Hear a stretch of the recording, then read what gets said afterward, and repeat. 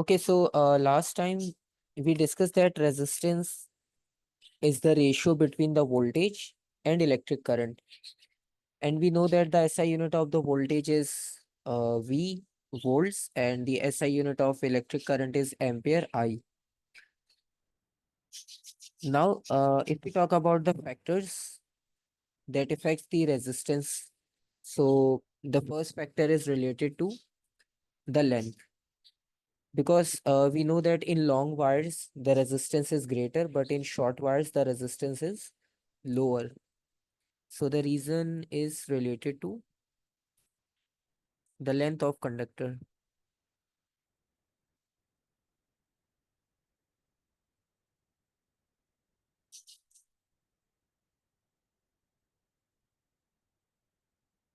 अच्छा, इसमें एक चीज बहुत बेसिक सी है। आपने देखा होगा कि नॉर्मली जब पावर बैंक्स आप परचेज करते हो या यूज करते हो कोई भी, तो उसमें एक चीज आपने नोटिस की होगी, उसकी केबल्स हमेशा जो है वो शॉर्ट रखी जाती हैं। To like reduce the resistance. I think if the wire is longer, they'll be more resistant and less current. I could be mixing it up. Yes. So उसका सेम रीजन यही होता है कि अगर उसकी लेंथ को शॉर्ट, क्योंकि power bank में limited charging limited charges available होते हैं, राइट। और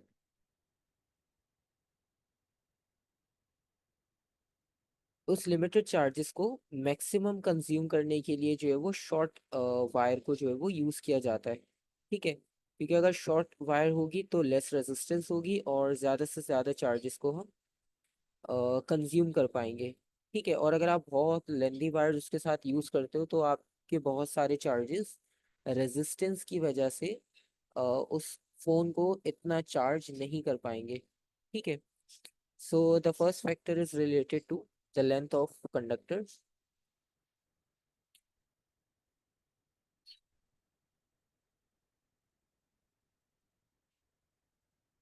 Longer wires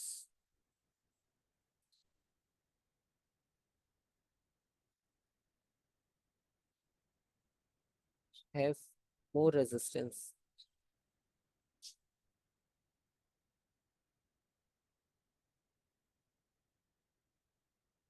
So it's directly proportional, right?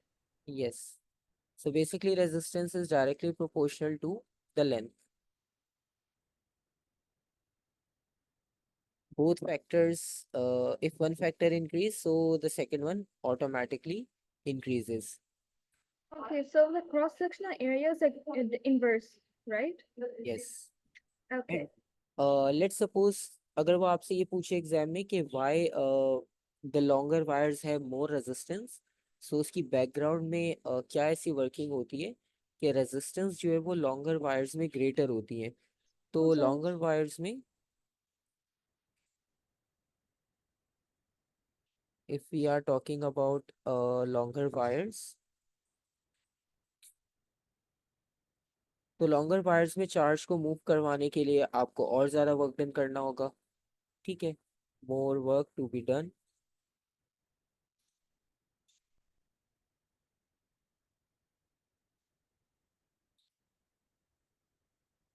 और जब आपको वर्क डन ज़्यादा करना पड़ेगा तो उसके लिए आपको वोल्टेज भी ज़्यादा रिक्वायर्ड होगा। मोर वोल्टेज नीडेड।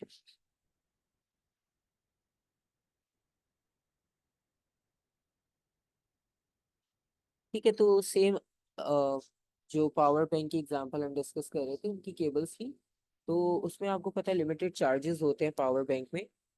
तो उसको आप जितना मैक्सिमम एफिशिएंटली यूज़ करना चाहते हो तो उतनी उसमें छोटी वायर लेंथ वाइज यूज़ करते हैं, ताकि मिनिमम रेजिस्टेंस और मैक्सिमम आपको इलेक्ट्रिक करंट की वैल्यू मिल सके। ठीक है, तो बेसिकली अभी हमने यहीं से स्टार्ट किया लेंथ ऑफ कंडक्टर से आज, क्योंकि हमने लास्ट टाइम रेजिस्टेंस पे स्टॉप किया था और हमने इसे आज यहीं से स्टार्ट किया है। और सेकंड फैक्टर होता है लेंथ, सॉरी लेंथ के बाद जो सेकंड फैक्टर है वो है उसकी क्रॉस सेक्शनल एरिया। आपने देखा होगा कुछ वायर्स थिन होती हैं, कुछ वायर्स थिक होती हैं। ठीक है, आपने जब बहुत हैवी इलेक्ट्रिसिटी को पास करना हो, लाइक आयरन, टोस्टर और रेफ्रिजरेटर, माइक्रोवेव ओवन, तो इन सब अप्लायंसेस में आपको पता है कि वोल्टेज काफ़ी हाई यूज़ होता है, काफ़ी हाई पावर यूज़ होती है, तो उनकी केबल्स आपने देखा थिक होती हैं। लेकिन अगर आप हैंड फ्रीज और चार्जर्स और इन सब की केबल्स को कंपेयर करो उनसे, तो उनमें काफ़ी डिफरेंस आता है। ठीक है। रीज़न बहुत सिंपल सा है कि जब आप बहुत हैवी लोड पे काम कर रहे होते हो, तो हैवी लोड में रेजिस्टेंस के भी चांसेस उतने ही ज़्यादा होते हैं। ठीक है।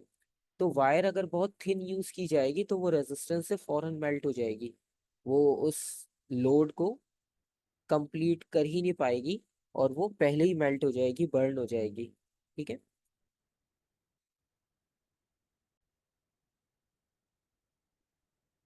अच्छा, तो सेकंड फैक्टर की हम बात कर रहे थे। ये सेकंड फैक्टर जो है वो क्रॉस सेक्शनल एरिया का है। और इन cross sectional area, length directly proportional थी, cross sectional area inversely proportional होगा, क्योंकि जितनी थिक वायर होगी उसमें रेजिस्टेंस उतनी कम होगी। रीजन बहुत सिंपल सा है, इलेक्ट्रॉन्स को आप जितना स्पेस दोगे मूव करने के लिए इजीली, उतना कम वो रेजिस्टेंस देंगे आपको। जितना कम आप उन्हें स्पेस दोगे पास होने के लिए, उतनी हाई रेजिस्टेंस मिलेगी आपको। ठीक है। तो यहाँ पर हम ये लिख सकते हैं,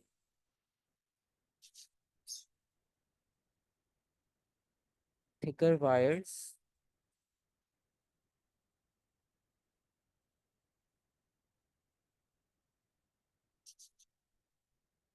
have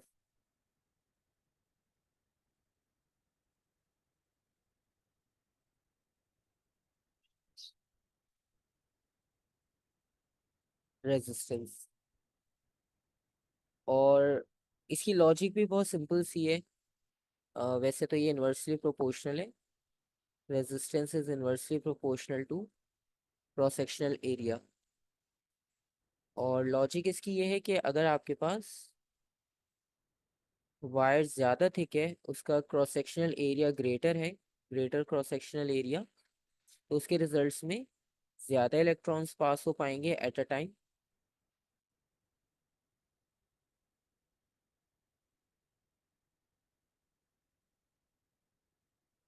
Is it because there's a free moving electron, sir? Yes, जो फ्री मूविंग इलेक्ट्रॉन्स, Okay. तो उन्हें आप जब ज़्यादा स्पेस दोगे तो वो नंबर ऑफ क्वांटिटी में भी ज़्यादा मूव करेंगे। और So उसके thinner wires would have more resistance, right? अगर थिक वायर होगी तो लेस रेजिस्टेंस, और if But you are thin wires would have more, right? More resistance, right. Okay. Like if you compare the wire of the thickness of, like, equal to the pencil, and the second wire is equal to the thickness of the marker, so definitely the cross sectional area of marker is greater than the pencil, so definitely the wire having cross sectional area equal to the marker will give you less resistance, more electric current, right?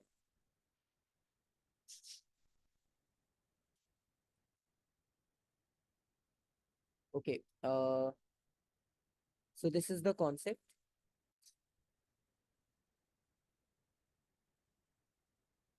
More current, and then we got less resistance.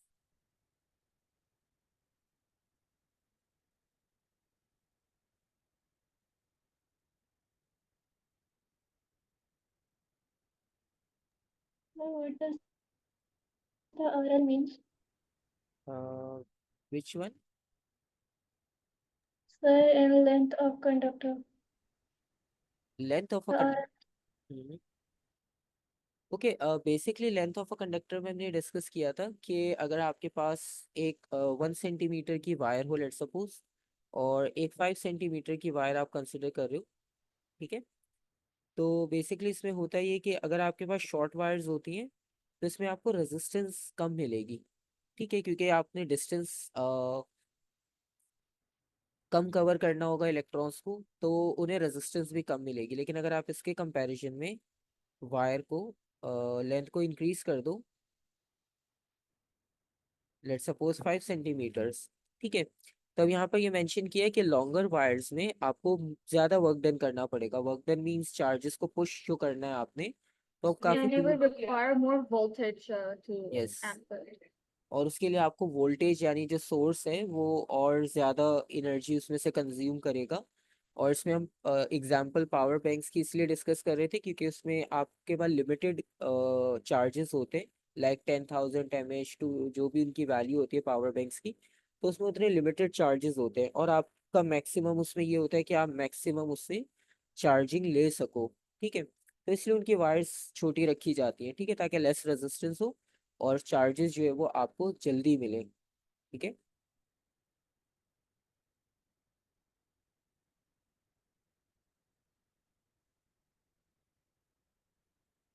तो ये concept था length of a conductor का। ठीक है, और secondly cross sectional area आपने वो भी देख लिया कि उसका कॉन्सेप्ट किस तरह से था। ठीक है,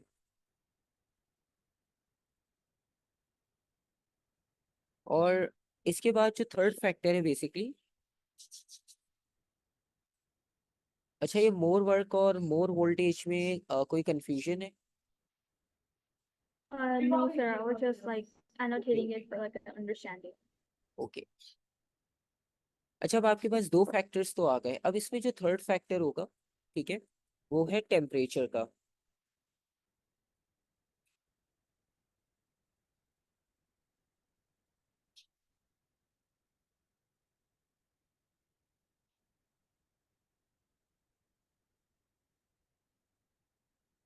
और टेम्परेचर बहुत मतलब एक सिंपल सा आइडिया आपको, कि आपने देखा होगा कि समर सीजन्स में क्या होते हैं कि जब आप लेट सपोज चार्जर यूज कर रहे हो या कोई भी ऐसी डिवाइस यूज कर रहे हो इलेक्ट्रिकल, तो उस डिवाइस में जो है वो जल्दी हीट अप होता है वो। ठीक है, विंटर सीजन में थोड़ा टाइम लेता है, मतलब काफी टाइम तक वो अपने नॉर्मल टेम्परेचर पे रहेगा, फिर वो जाके हीट अप होने स्टार्ट होगा, क्योंकि समर सीजन में ऑलरेडी सराउंडिंग का टेम्परेचर हाई होता है। ठीक है, और जैसे आप टेम्परेचर इंक्रीज करते हो तो रेजिस्टेंस भी इंक्रीज हो जाती है, क्योंकि इसका कॉन्सेप्ट जो है वो मॉलिक्यूल्स के साथ है, क्योंकि जब टेम्परेचर इंक्रीज होगा तो मॉलिक्यूल्स की वाइब्रेशन भी इंक्रीज होती है। ठीक है, और जैसे वो इंक्रीज होगी तो जो इलेक्ट्रॉन्स पास हो रहे हैं उन्हें थोड़ी सी ज्यादा डिफिकल्टी मिलेगी, क्योंकि जो मॉलिक्यूल्स वाइब्रेट हो रहे हैं तो उनकी वजह से उनका जो पाथ है वो और ज्यादा डिफिकल्ट होता जाएगा, क्योंकि वो उनसे कोलाइड करेंगे, कोलाइड करने में वो उन्हें So smoothly. there will be frequent collision, right? Yes, Okay. So basically if we increase temperature,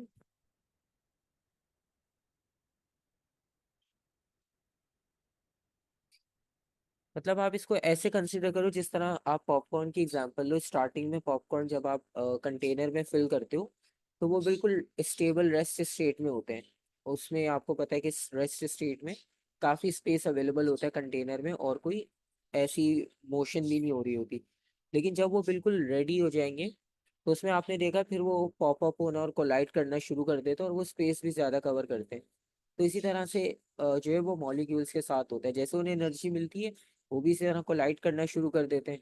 और जब वो कोलाइड करेंगे तो वो रैंडम कोलिजन में स्पेस जो होगा वो थोड़ा सा कम होता जाएगा, इलेक्ट्रॉन्स के लिए थोड़ा सा डिफिकल्ट होता जाएगा, उनकी बेसिकली रेजिस्टेंस इंक्रीज हो जाएगी। ठीक है, तो increase in temperature increases the resistance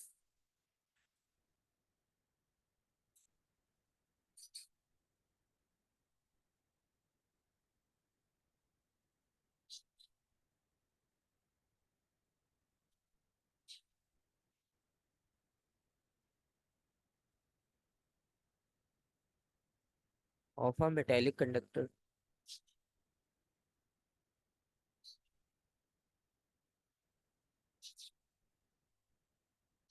और बेसिकली अगर आप इसकी बैकग्राउंड वर्किंग देखना चाहते हो तो वो बहुत सिंपल सी है, कि आपने जब टेम्परेचर को इंक्रीज किया तो टेम्परेचर इंक्रीज करने से जो वाइब्रेशन ऑफ एटम्स या मॉलिक्यूल्स थी वो इंक्रीज हो गई।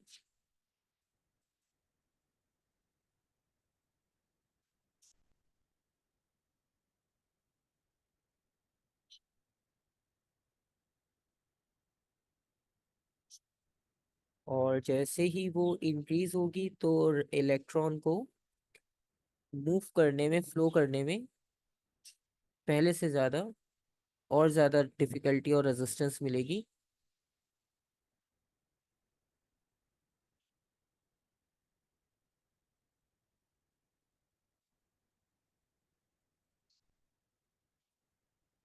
और यही आपके पास रीजन है कि टेम्परेचर इंक्रीज करने से भी रेजिस्टेंस इंक्रीज होती है, ठीक है। तभी आपने देखा समर सीजन में वायर्स और ये सारे जो कंपोनेंट्स होते हैं वो अ, जल्दी हीटअप होते हैं क्योंकि सराउंडिंग का टेम्परेचर ऑलरेडी हाई होता है। तो ये सारे तो आ गए फैक्टर्स, ठीक है। अब इन फैक्टर्स को कंबाइन करके एक फॉर्मूला बनता है, ठीक है। वो फॉर्मूला बहुत इंपॉर्टेंट होता है आपके पास एग्जाम में। फॉर्मूला होता है R is equals to rho L over A। अच्छा, एल और ए तो हमने पता चल रहा है कि लेंथ और एरिया है, ठीक है। टेम्परेचर इस फॉर्मूला में इंक्लूड नहीं है, टेम्परेचर के लिए अलग से फॉर्मूला होता है, लेकिन वो हमारे अभी सिलेबस में नहीं है, तो वो हम डिस्कस ही नहीं करेंगे। सिर्फ टेम्परेचर के बारे में आपको पता होना चाहिए कि इसमें वर्किंग क्या हो रही है, ठीक है। लेकिन उसके बारे में आपसे एक फॉर्मूला नहीं पूछेंगे, ठीक है, क्योंकि वो हमारे अभी सिलेबस का पार्ट नहीं है। लेकिन ये जो एक और आपको क्वांटिटी नजर आ रही है, इस सिंबल को वैसे प्रोनाउंस हम रॉ से करते हैं, RHO, ग्रीक सिंबल है ये, ठीक है। जो डेंसिटी के लिए भी यूज किया जाता है, ठीक है। लेकिन यहाँ पर जो इसका काम है ना, वो मतलब जो इसके लिए एब्रीविएशन यूज कर रहे हैं वो डिफरेंट है। इसे हम रेजिस्टिविटी के तौर पे यूज कर रहे हैं यहाँ पे। डेंसिटी के लिए भी ये सिंबल लिखा जाता है, लेकिन वहां पर डेंसिटी, Is it resistivity? हाँ, ये रेजिस्टिविटी है, ठीक है। अच्छा, रेजिस्टिविटी बेसिकली टेम्परेचर प्रॉपर्टी होती है, सॉरी मटेरियल की प्रॉपर्टी होती है कि आप मटेरियल कौन सा यूज कर रहे हो। जैसे सिल्वर यूज कर रहे होगे तो उसकी एक लिमिट होगी कि मतलब ये आपको मिनिमम इतनी रेजिस्टेंस दे सकती है, मैक्सिमम इतनी रेजिस्टेंस दे सकती है एक नॉर्मल टेम्परेचर पे, ठीक है। आप कॉपर यूज करोगे, कॉपर को गुड कंडक्टर कहते हैं, इसका मतलब उसकी रेजिस्टेंस कम होगी, तो उसकी रेजिस्टिविटी सिल्वर से अलग होगी, ठीक है। एल्यूमिनियम यूज कर रहे हैं तो उसकी रेजिस्टिविटी अलग होगी। तो इस तरह से आपके पास ये मटेरियल पे डिपेंड करती है। तो ये भी आपको याद करने की जरूरत नहीं है, जो भी मटेरियल होगा उसकी वैल्यू आपको खुद से देंगे। आपको किसी की वैल्यू याद नहीं करनी पड़ेगी, बस आपको इसका पर्पस पता होना चाहिए कि इसका मतलब और ये क्वांटिटी है क्या चीज, बस आपको ये पता होना चाहिए। और ये रेजिस्टिविटी जो है बेसिकली टेम्परेचर की वजह से इफेक्ट होती है।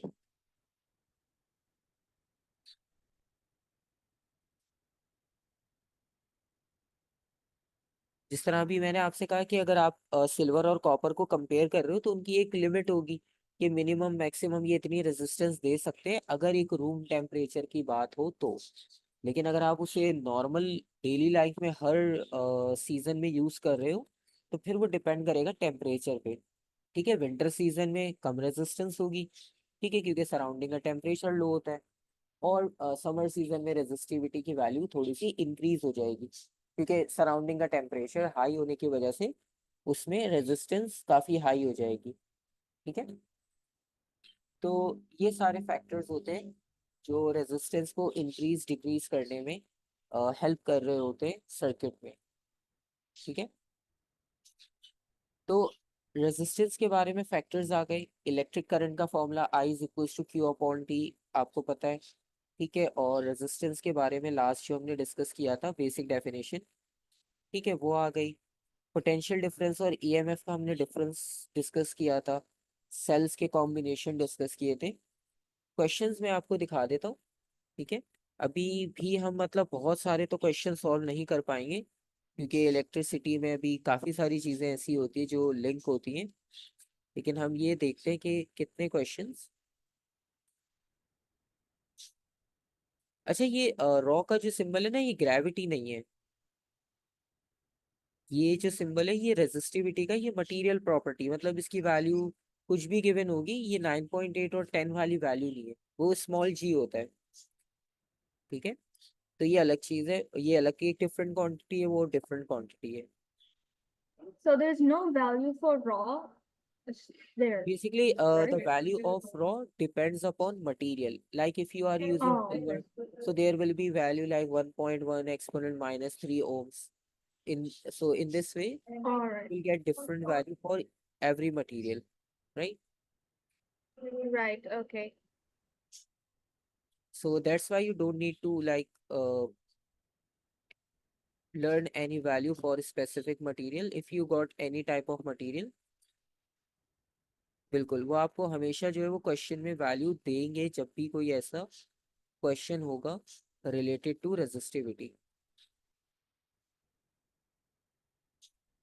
अच्छा, इसमें सर्किट्स के आप देख सकते हो कि कॉम्बिनेशंस बहुत सारे हैं। अभी वो भी हमने देखने हैं, रेजिस्टेंस के कॉम्बिनेशंस भी अभी हमने नहीं किए। आप ये देख रहे हो कि एलईडी और ये सारी चीज़ें भी आपसे पूछ रहे हैं। तो अभी इसमें आप देखो बहुत सारी चीज़ें ऐसी होती हैं कि जो अभी आपने करनी है। ये क्वेश्चन है रेजिस्टेंस से रिलेटेड, ठीक है, इसे डिस्कस कर लेते हैं। इसमें आपको काफ़ी चीज़ें क्लियर हो जाएंगी। A cylinder is made of modelling clay. The modelling clay is an electrical conductor. ठीक है, एक मॉडलिंग क्ले से हमने सिलेंडर बनाया है और वो एक इलेक्ट्रिकल कंडक्टर है, लेट्स सपोज। तो इसका मतलब वो इलेक्ट्रिसिटी कंडक्ट कर सकता है। और इस सिलेंडर को सर्किट से कनेक्ट कर दिया। It includes a battery of EMF 9 volt and a resistor P. Circuit अगर आप देखो तो सिंपल सर्किट है, सॉल्व कर सकते हैं। एक ईएमएफ गिवन है आपको, ये ईएमएफ है। ईएमएफ हम इसे इसलिए कह रहे हैं क्योंकि ये सोर्स की बात हो रही है अभी, ठीक है। और रेजिस्टर को पी से जो है वो रिप्रेजेंट किया है। और रेजिस्टेंस भी गिवन है 4 ओम्स, करंट 1.5 एम्पियर। तो ये 4 ओम का रेजिस्टर है और इसमें से जो करंट पास आउट हो रहा है वो 4 ओम, सॉरी 1.5 एम्पियर का है। Would we use V equal I R? हाँ, पहले हम चेक कर लेते हैं कि हमें एग्जैक्टली exactly क्या फाइंड आउट करना है। The magnitude x of charge that flows through P in 600 seconds. So you need to find out the number of charges passing in 600 seconds. You have given the value of R, value of I, value of V. So these are the quantities given in the question and you need to find out the value of Q. So कौन सा formula आपको help out करेगा? Q is equals to I T, बिल्कुल सही। Basic formula electric current का use Oh, करेंगे, okay. ठीक है। और अगेन आप फॉर्मूला शीट में से देख सकते हो, उसमें सब मेंशन है। हमने इलेक्ट्रिक करंट में इस तरह से पढ़ा है फॉर्मूला। आप टी को शिफ्ट कर दोगे तो Q is equals to I T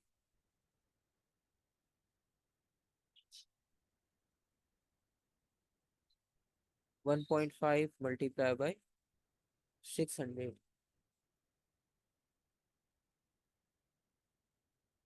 900.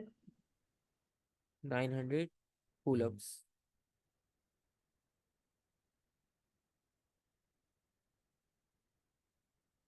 So 900 C means coulombs. Coulombs is the SI unit of the charge we discussed in the chapter of electrostatics. 900 coulombs, ठीक है। तो इजी क्वेश्चन था for 2 marks, ठीक है। और next part is the resistance of the cylinder of modelling clay. अब आपने इसकी रेजिस्टेंस फाइंड आउट करनी है। अब प्रॉब्लम एक ये है कि इसमें आपको कॉम्बिनेशन का अब आइडिया होना चाहिए, सीरीज और पैरेलल, ठीक है। लेकिन अभी सिर्फ इस क्वेश्चन के लिए आपको मैं एक हिंट यहाँ लिख देता हूँ, ठीक है। जिनको कॉम्बिनेशंस पता है उन्हें तो पता है कि कैसे करना होगा, लेकिन जिन्होंने कॉम्बिनेशन कभी नहीं पढ़े तो वो फिलहाल उसके बारे में ना सोचे। बस आप इतना कंसिडर कर लो कि जो करंट पी से पास होगा वही करंट सिलेंडर से पास होगा, ठीक है। और इस तरह के जो कॉम्बिनेशन होते हैं ना, जो एक लाइन में कनेक्टेड होते हैं, ठीक है। बल्कि सीरीज कॉम्बिनेशन का तो आपको पता है कि वो कैसा होता है, अभी हमने सेल्स में डिस्कस किया था लास्ट टाइम। तो एक के साथ एक जब कनेक्ट होते हैं एक ही लाइन में, तो ये सीरीज कॉम्बिनेशन है। तो बस आप ऐसे याद रखो कि सीरीज कॉम्बिनेशन में जो करंट होता है वो सेम होता है, क्योंकि नंबर ऑफ चार्जेस सब जगह से इक्वली होते हुए जाएंगे, ठीक है। वो पहले पी से पास होंगे, फिर सिलेंडर से पास होंगे, तो करंट की वैल्यू जो है वो दोनों के लिए आप सेम यूज कर सकते हो, मतलब यहाँ से भी जो करंट फ्लो करेगा वो 1.5 एम्पियर ही फ्लो करेगा। ठीक है।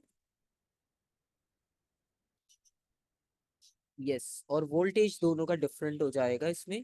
ठीक है, ये कॉम्बिनेशंस में हम पढ़ेंगे अभी। ठीक है, लेकिन फिलहाल इस क्वेश्चन के लिए आप इसे ऐसे कंसिडर कर लो कि अभी करंट की वैल्यू दोनों में सेम है। तो अब आपने आर फाइंड आउट करना है। आपने फॉर्मूला बताया R is equals to V over I. ठीक है। अच्छा, प्रॉब्लम ये है कि जब करंट सेम है ना तो वोल्टेज जो होता है ना सीरीज में, वो वेरिएबल हो जाता है। ठीक है, वेरिएबल इन द सेंस कि जो पी के साथ वोल्टेज होगा वो कुछ और होगा, और जो सिलेंडर का वोल्टेज होगा वो कुछ और होगा। ठीक है, V1 V2 दोनों में अलग अलग वैल्यूज होंगी। ठीक है, तो इसका मतलब ये कि ईएमएफ जो था वो 9 था। अब ईएमएफ में से कुछ वोल्टेज रेजिस्टर पी ले लेगा, जो बाकी बचेगा वो सिलेंडर के पास चला जाएगा। ठीक है, तो इसके इसके लिए हमें पहले ये पता होना चाहिए कि ये जो पी रेजिस्टर है ये कितना वोल्टेज ले रहा है। ठीक है, तो पहले हमें इसका वोल्टेज फाइंड आउट करना पड़ेगा। तो पहले हम वोल्टेज फाइंड आउट करेंगे पी का।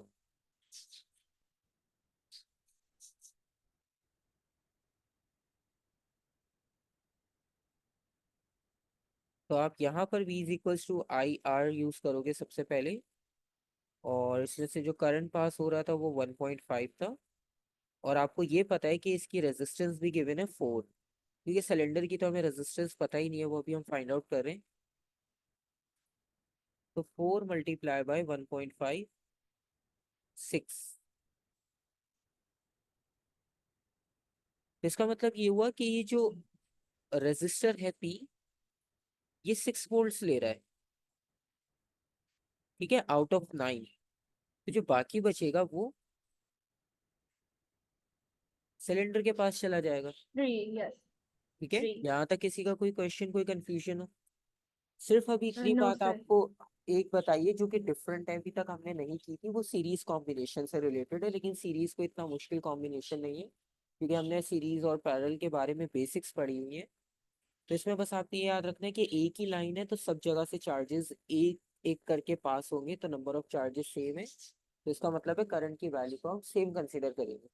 ठीक है, और वोल्टेज डिफरेंट हो जाएगा। ठीक है, तो अब वोल्टेज डिफरेंट हो जाएगा, यानी डिफरेंट इन द सेंस कि वो डिवाइड होगा बेसिकली।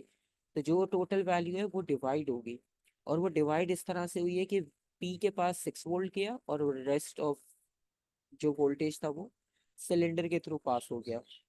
अब आपके पास एक क्वांटिटी और आ गई वी, और आई की वैल्यू आपको जिस तरह बताई थी कि करंट सेम होगा, तो करंट की वैल्यू सेम है। ठीक है, ये हमें कॉम्बिनेशन से पता चल गया। तो आप इसमें देखो कॉम्बिनेशन कितना इंपॉर्टेंट है। ठीक है, तो वो जो हमने सेल के कॉम्बिनेशंस पढ़े थे वो भी आपको याद होने चाहिए, क्योंकि कहीं कहीं वो आपको बैटरीज भी 2-3 कनेक्ट करके देते हैं। फिर उसमें जो है वो आपको बेसिक आइडिया उसका याद होना चाहिए। अब हम रेजिस्टेंस ऑफ सिलेंडर की बात कर रहे हैं। रेजिस्टेंस ऑफ सिलेंडर की अगर हम बात करें तो अब आप R is equals to V over I की वैल्यू सब्स्टिट्यूट कर सकते हो।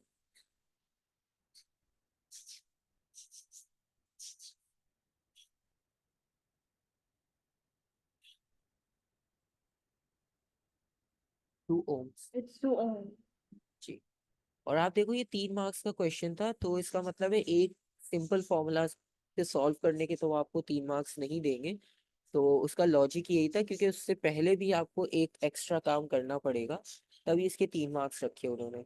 ठीक है, वरना प्रीवियस क्वेश्चन की तरह वो आपको 2 मार्क्स दे सकते थे, लेकिन उसमें एक इम्पॉर्टेंट काम ये था कि आपको वोल्टेज खुद निकालना होगा, क्योंकि वोल्टेज उन्होंने आपको दिया ही नहीं खुद से। अच्छा, अब नेक्स्ट पार्ट जो है वो इम्पॉर्टेंट है, इसको आपने ध्यान से देखना है, क्योंकि ये फैक्टर से रिलेटेड है। 4 मार्क्स का क्वेश्चन है। ठीक है, the cylinder is remove from the circuit and replaced with a new cylinder made of same modelling clay. मतलब सेम मटेरियल है पर सिलेंडर दूसरा आ गया। लेकिन उस सिलेंडर में कुछ चेंजेस है। Twice in the length, half cross sectional area as compare to the first. ठीक है, लेट सपोज अगर जो पुराना सिलेंडर था उसकी लेंथ को आप L1 लिखते हो और एरिया को A1 लिखते हो। ठीक है, ये फर्स्ट सिलेंडर है जो अभी हमारे पास सर्किट में कनेक्टेड था। अब जो न्यू सिलेंडर So आया है, like L1, L2, A1, A2?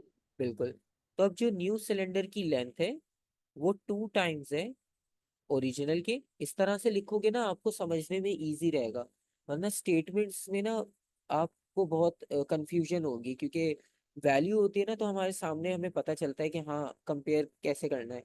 लेकिन स्टेटमेंट्स में थोड़ी सी कंफ्यूजन रहती है कि माइंड में सोच रहे होते हैं कि कैसे करना है।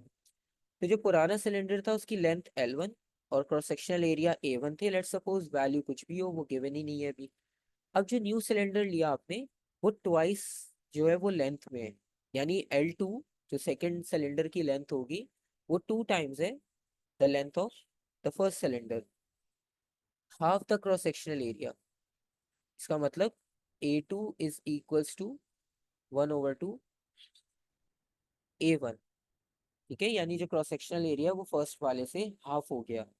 ठीक है, अब आपने क्या फाइंड आउट करना है, calculate the time that it now takes for a charge of magnitude X. अभी आपसे उसने चार्ज फाइंड आउट करवाए थे। ठीक है, अब ये उन्हीं चार्जेस की बात कर रहे हैं कि अब आपने टाइम कैलकुलेट करना है कि अब कितना टाइम लगेगा उन्हीं सेम नंबर ऑफ चार्जेस को फ्लो करवाने के लिए जो पहले फ्लो कर रहे थे पी से। क्योंकि डेफिनेटली जब आपके पास ये सर्किट था तो इसमें सिलेंडर ये था। अब जब सिलेंडर डिफरेंट होगा तो उसकी रेजिस्टेंस में भी चेंज आएगा। ठीक है, और जब रेजिस्टेंस में चेंज आएगा तो उसकी वजह से पूरा सर्किट डिस्टर्ब होगा। ठीक है, तो अब वो कह रहे हैं कि पहले जो आपके पास ये जो चार्जेस आए थे 900, ठीक है, ये 600 सेकेंड्स में पास हुए थे। अब वो पूछ रहे हैं कि अब कितने सेकेंड्स में ये चार्जेस सेम चार्ज जो है वो पास होंगे पी से। ठीक है, तो ये अब हमने इसमें आइडेंटिफाई करना है।